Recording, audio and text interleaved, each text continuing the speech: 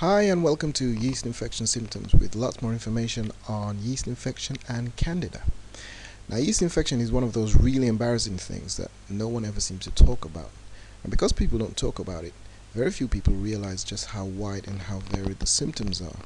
Because people don't understand the symptoms, then very few people understand or realize that they're actually suffering from yeast infection. In fact, one of the really interesting things is people don't realize that guys suffer from yeast infection too. Yes, guys, we suffer from yeast infection. Okay, so let's look at some of the symptoms and see if you recognize any of these. Painful sex or sexual dysfunction, vaginal odor, premature aging, leaky gut syndrome, vaginal discharge, arthritis. Yes, even arthritis it could be a possible symptom of yeast infection. Painful urination or other urinary disorders, depression, mood swings, chronic rashes, tiredness or fatigue, irritability, joint pain or swelling, PMS, and even if you're just feeling generally run down, again, you could be suffering from yeast infection. What about digestive pain or muscle aches? What about short attention spans, hand pain, hip and knee pain, headaches, constant migraines, and there's more.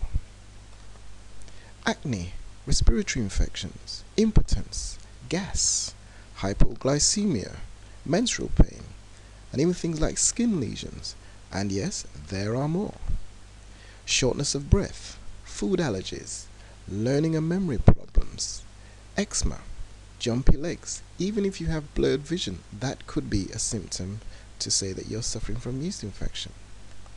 And there's things like brain fog, and of course the classic symptoms of yeast infections, such as oral yeast infection, which is called oral thrush, and the infections that you get in your toes and your fingernails.